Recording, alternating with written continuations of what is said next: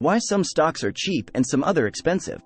You might have observed that certain stocks move at significantly greater prices than others if you're just starting to learn about the stock market. The fact that penny stocks are merely a few cents each might be interesting to note.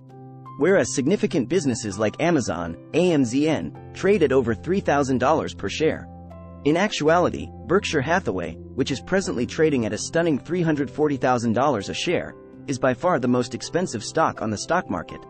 And does this suggest that pricey stocks are more valuable than cheap ones given the vast range of current stock prices? The quick explanation is that pricey stocks are so costly due to the corporation has a small number of outstanding shares in relation to its overall market value. The price of each share will decrease as the number of outstanding shares of a corporation increases. Please take note that stock prices by itself don't provide any information regarding the worth or caliber of the underlying company. As a result, it is useless to compare the stock prices of various firms. The value of Berkshire Hathaway has been rising gradually for many years, yet since the firm has never had a stock split, its stock price right now is the highest in the whole globe. But to comprehend why certain shares are valued significantly higher than others, we must establish what factors genuinely contribute to a company's stock price. How are stock prices determined? You may determine a stock's price by dividing the market capitalization by the total number of outstanding shares, which represents the overall worth of the business as determined by the stock market. The number of shares and market capitalization can both fluctuate. The stock price of the corporation would alter over time as a result.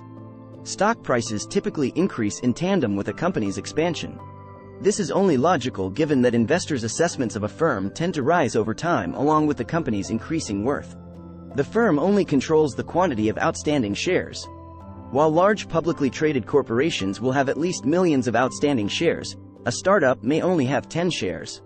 This explains why stock values of several firms can range significantly from one another.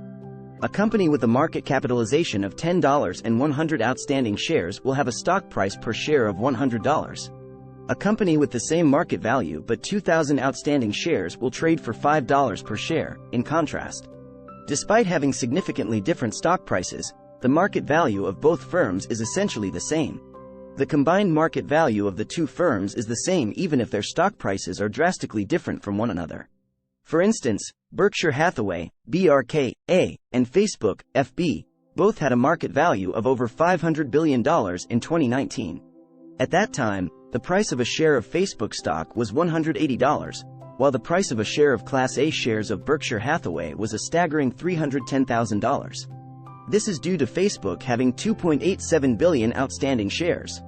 1.635 million shares of Berkshire Hathaway Class A were outstanding in contrast. Impact of stock splits. Many publicly traded corporations would often strive to maintain by raising the number of shares through stock splits, companies may lower their share price and entice additional investors.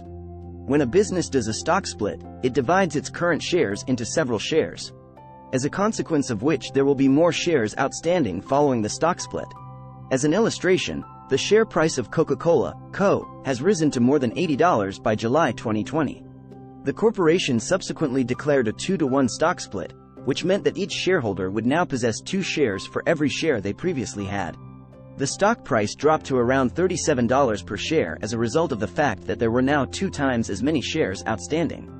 Naturally, that didn't imply that the corporation as a whole had a lower worth. The market valuation stays the same following a stock split, but the number of shares outstanding rises. As more current shares are now allocated to the company's worth, the price of each share will decrease. Why businesses divide their stock? Less investors may be able to invest after a company's stock price reaches too high levels. The corporation as a result of the expensive entry barrier to buying company stock. Companies divide their shares to expand the number of shareholders in an effort to avoid that. A company's stock selling at a low price means that a stock split will really result in a reduction in the price of each share.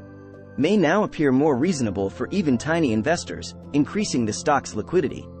Numerous advantages may be gained by both the firm and investors from high stock liquidity. More shareholders and shares are being traded, bought, and sold in the market. Shares without having to accept a significant disparity between the bid and ask price. The fact that a lot of individuals are trading the stock might also mean that the firm is becoming more well-known and famous. Most investors generally view stock splits as a good since they indicate that the firm is expanding continuously and that its stock price is rising. This is why, frequently, the price of each share may even rise as a result of increased demand soon after lowering as a result of a stock split. That could encourage businesses to split their stock when it makes sense to do so. Not all businesses favor stock splits. Given that Berkshire Hathaway is currently by far the most expensive stock on the market, due to the fact that the business never made the decision to split its Class A shares into two. This is a wonderful illustration of why stock splits often aren't required for companies to have rapid growth. Warren Buffett is the CEO of one of the biggest corporations in the world, Berkshire Hathaway, who, in addition to being one of the richest persons in the world, is also regarded as the greatest investor who has ever lived. Buffett regards his decision to not divide Berkshire's shares and his likelihood of doing so in the future as evidence of his shareholders should be viewed as business partners rather than just ordinary investors who may quickly enter and exit a firm. Because of the high price point, he makes it difficult for investors to trade the stock rapidly because he desires them to have a long-term attitude. In fact, due to the expensive price and the reputation that comes with it, many businesses also choose not to split their shares. Even if stock prices don't reveal anything about the underlying firm, particularly expensive stocks may nonetheless demonstrate some form of high value. Highly costly stocks may also draw investors with various perspectives than the majority of other people and take the long-term expansion of the company more seriously. However, history has proven that not all businesses must divide their stock. As stock prices alone only have a discernible influence on investors, they no longer hold their shares. If you find this video useful, don't forget to like and subscribe to our channel.